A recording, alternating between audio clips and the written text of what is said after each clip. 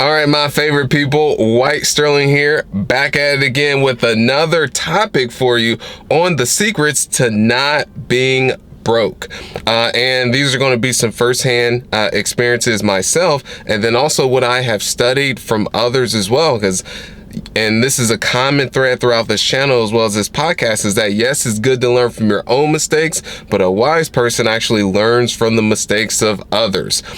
So go ahead and stay tuned. But before we go into our first point, it's just in my humble opinion that the upper class as well as the lower class, and we could just look at it from a U.S. standpoint, the gap is widening, and the middle class is actually shrinking and getting smaller and smaller. I'll talk about this a little bit more in future topics, but it's just something to be aware of. And if you disagree, if you're able to comment below, go ahead and comment below. I would love to open up the discussion. So let's go ahead and jump into the first point.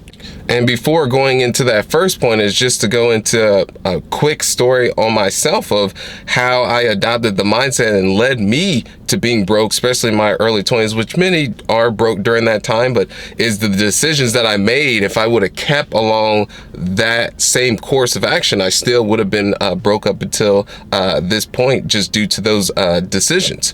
But is grew up Section 8 housing, welfare, food stamps, government assistance, and my mother as well as family is they did the best they could with advice or somewhat advice to get me out of that. However, or at least guide me to a different direction. But the information they had provided to me is exactly what got them there. So when I started to seek outside information, I actually had to rewire and remove a lot of those teachings and lessons that was ground in me as a child. And one of those first ones was being a consumer versus a investor.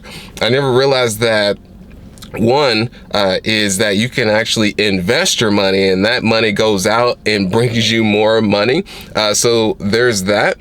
And I remember I would fall into consumerism, meaning that I had this credit card by American Eagle and I wanted to look so cool, and I would go out and buy clothes on that credit card and paid it back way at a later point, but just was not financially smart because I was using that American Eagle credit card. I had a Capital One credit card, so I was buying all these depreciating assets, and at that point is I didn't have the money to actually pay it back at that point in time.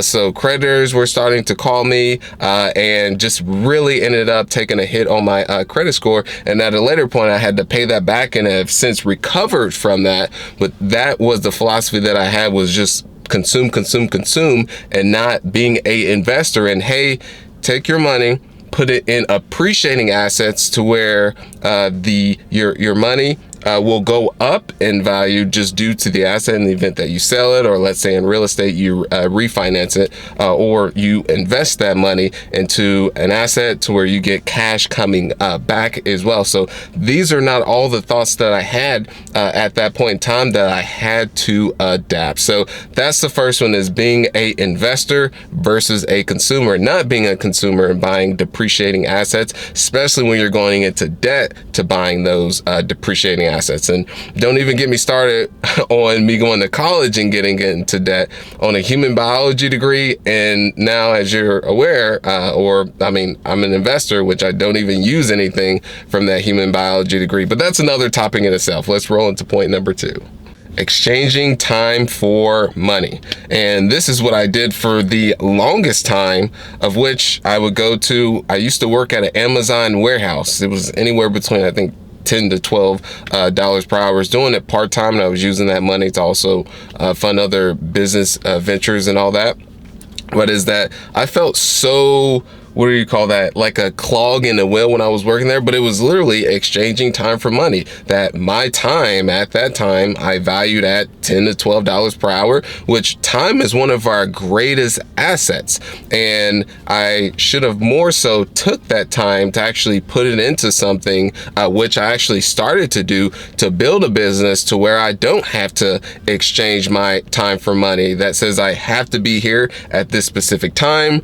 I have to clock in at that that time. I'm not able to leave when I want to leave. I have to request vacations. And at the end of the day, okay, Sterling, you work 10 hours. Okay, that's $100 for you working that particular day. And that didn't even include them taking out the taxes or anything.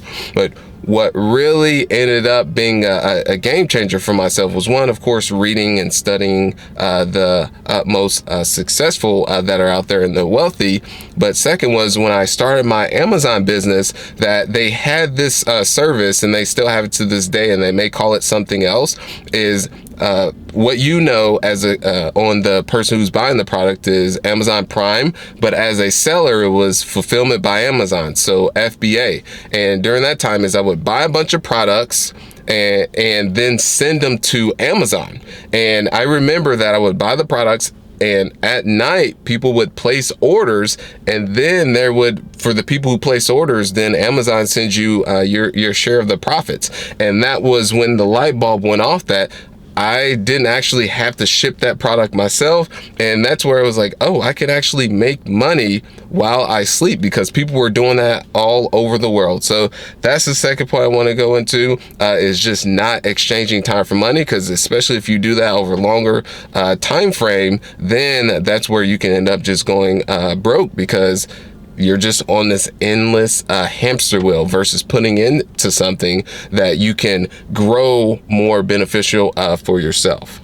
And the last but not least is just following what the rich and wealthy do and modeling it. And if you can really look under the hood, because yes, they say certain things, but actually looking and watching what they actually do, and which is most important. And this is a conversation I had with my 9-year-old daughter, for instance, is that I said, yeah, and we were going back and forth on a matter and issue. And I said, Kinley, your dad will listen to what you do, but more importantly is he will actually watch what you do. Or I may have said that backwards, but he will listen to what you say. That's what I meant to say originally. If I didn't say that, is he'll listen to what you say, but he will actually more so watch what you do. I don't know if it registered at that point in time. Maybe when she gets older, she'll be like, oh, okay, that's what he meant. And the same applies in this. And one really good book, most of you are familiar with this, but this is really foundational, easy read, is Rich Dad, Poor Dad by Robert Kiyosaki. Really great one that goes into that. Following individuals such as Grant Cardone, and love him or hate him for most of you out there, but when he talks about money, he really knows his stuff. Another person to follow is Dave Ramsey.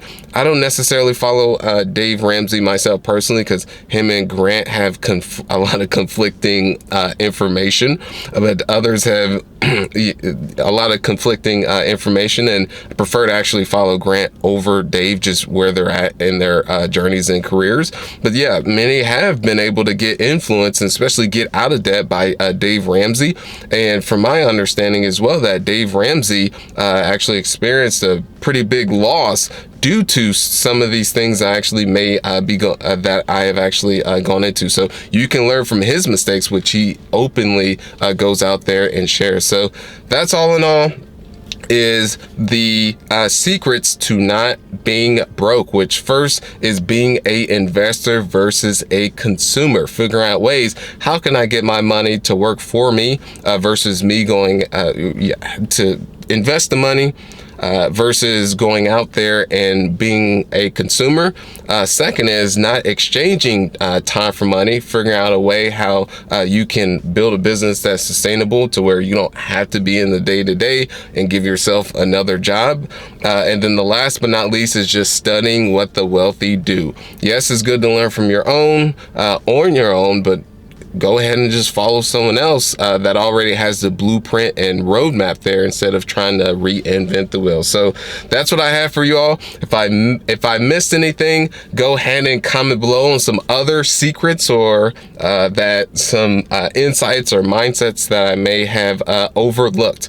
I appreciate you so much. And if you haven't already and you just want to get further insights on how to scale your real estate business, from either if you're going to single family family to multifamily, or from smaller multifamily to larger, there's a link just below to schedule a strategy session with myself or someone on the team to get you where you want to go. So I appreciate you so much. And if you haven't already, those of you on the YouTube, hit that subscribe button and that like. It takes less than a second.